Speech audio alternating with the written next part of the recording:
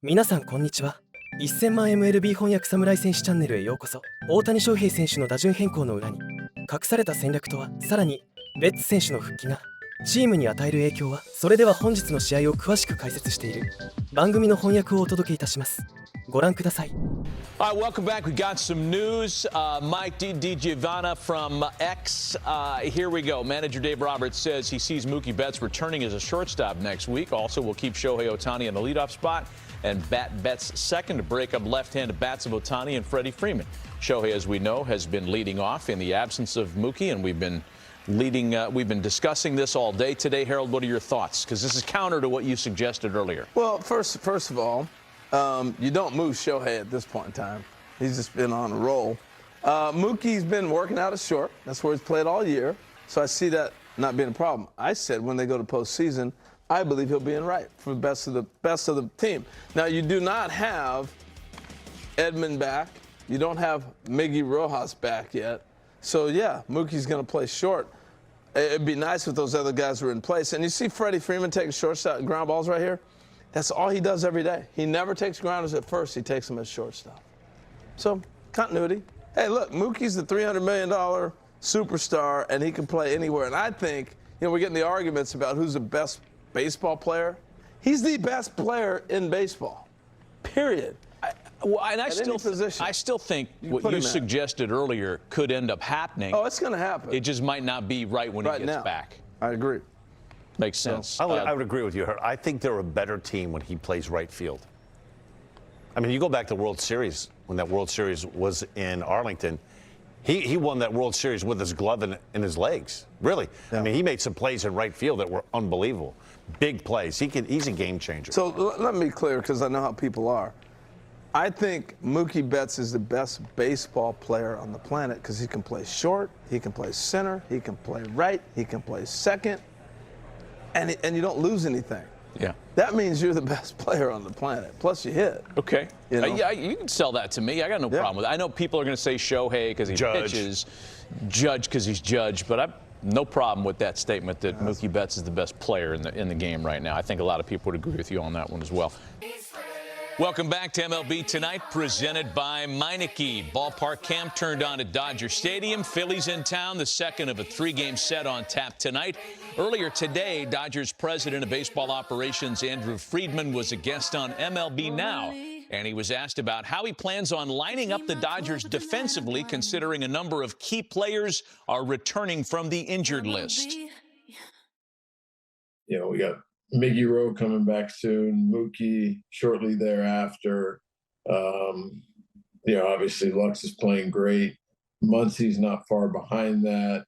How the infield ties into the outfield are things that we're going to be talking about in the next couple of days. And we have so much versatility, which is helpful.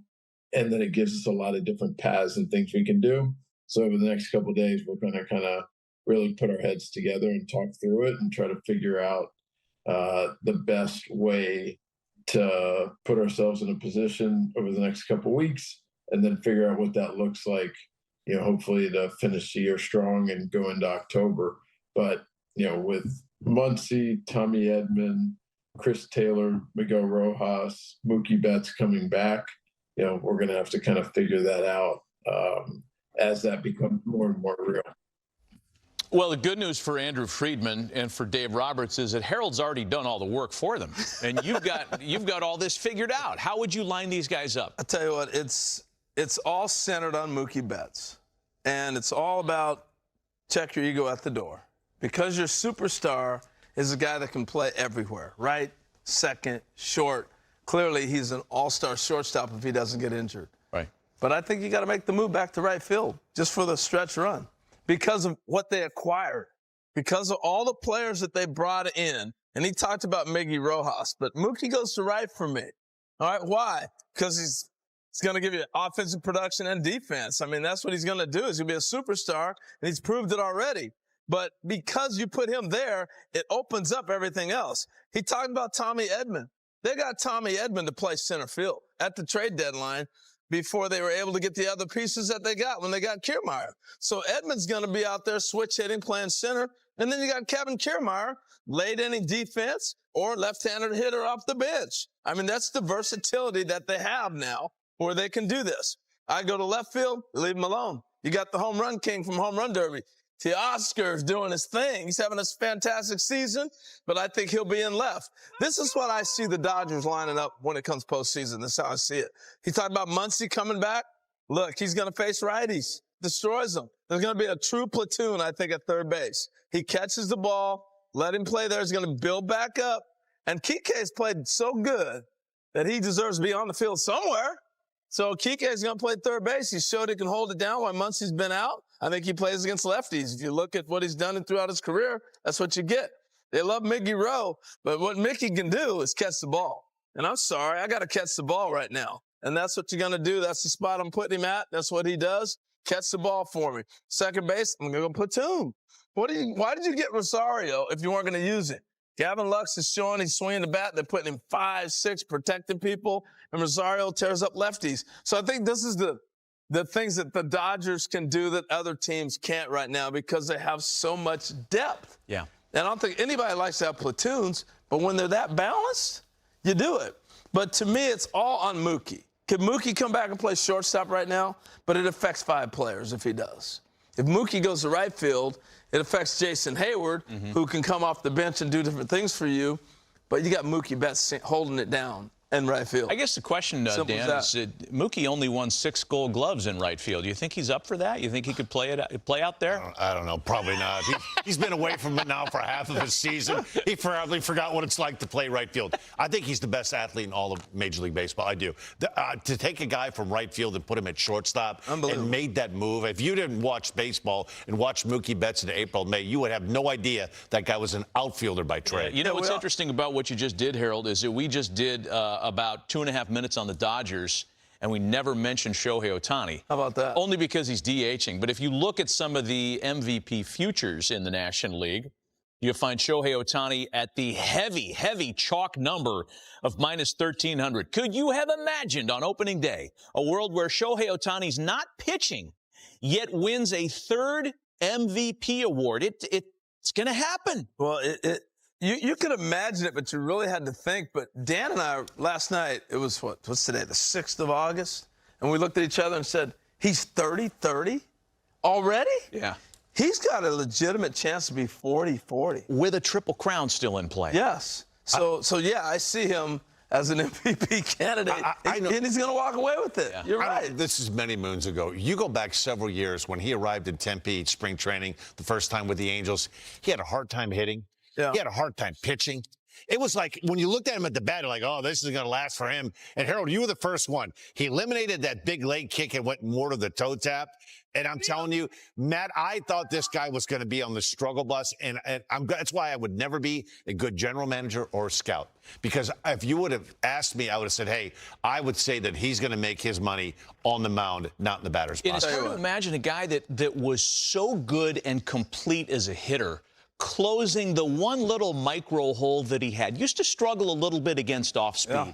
Away. We're going to show you away. Soft away. Got it. Look at some of these numbers that we prepared and how much better he is versus off speed this year versus last year. Oh, and by the way, he was the MVP last year in the American League. Yeah. And look at these numbers. Look at the exit velo improvement. Look at the whiff rate cut way down.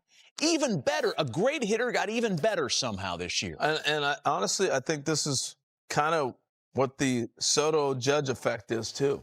When you got Mookie and Freddie hitting behind him most of the year, and you got to pitch to Shohei, now you're not nibbling and able to get away with it. You know, he didn't have much with him in the Angels lineup. After Trout was injured and different things like that, it was him alone. So I think that plays into it, but I also think he's just an unbelievable hitter. Yeah. He is an unbelievable. The power is just stupid. Yeah. He's flipping balls over the wall. He's 5 RBIs right now short of a Triple Crown. He leads in average, he leads in homers, and he's 5 RBIs short of the Triple Crown. And he could walk away with a 40-40 Triple Crown. And I know that our colleague, the left-handed closer at the end of the desk here, is dreaming of something even more ridiculous. Imagine the elbow feels good and he says, hey, Doc, I can close in the postseason. Oh, That's boy, you're thinking just like I do, Matt. They showed him yesterday playing catch in the outfield, and I know we're reaching, but could you imagine you want to bring this guy out in the ninth inning? I mean, what would it look like if it was Mariano Rivera? Oh. Coming. He's going to lock it down, but it's Shohei. Oh, right. He's like twice the size of Mariano. Like, it's amazing that Mariano can even carry that noggin that he's carrying right there, right? I'm telling you. Hey, I saw Shohei, no joking aside, at the All-Star game, and he was playing catch. I said, oh, you're starting to throw. He goes, yeah, I'm throwing at 86. That's it right now. I go, 86? I couldn't believe it. That was July, 12th or so? He may bump that thing up before you know it. That'd be crazy. There's no ceiling when you're talking about a unicorn like this. There isn't. You can't ever be surprised about anything this guy does. We talk a lot about, hey, we want to see more two-way players, right? Guys that can do it. There hasn't been a guy, I don't think, in the history of baseball that could get on the mound, and from a pitcher standpoint, and you watch him throw, you would never think he was a hitter. Like, you would think this guy has been a pitcher his entire life. Usually, you could tell by the delivery, you could tell by the arm action. This guy, he is just, he's incredible. Look at these numbers. So, Dan, real quick, I know we could talk about this forever. What's the soreness of a starting pitcher? Like most guys, you take 4 days to recover to be able to pitch again, but he's pitching, going out and hitting. Yeah. And no big deal, still in a bag or two. Yeah, so what's the difference? What's the pain? The difficult part is when you go through a stretch of 3 or 4 starts where you have to work really hard. When you're on point, your mechanics are in sync and it's easy. When you watch Garrett Cole, when they go to these 4 or 5 game spreads, like Dylan Cease right now, man, they are locked in. Mechanics are good. They throw 95, 100 pitches. You're not sore the next day. But then there's those starts where you really have to work. And those starts, you're a little bit sore the next day. That's when I think it's a detriment to him to have to go grab a bat. He has to run to convince his body, like, you're sore, you're beaten up from pitching on Monday, and then Tuesday you're walking into that batter's box. That's a challenge. Ellie De La Cruz is somewhere with the Reds saying, man, I'm gonna go possibly 50-30 this year.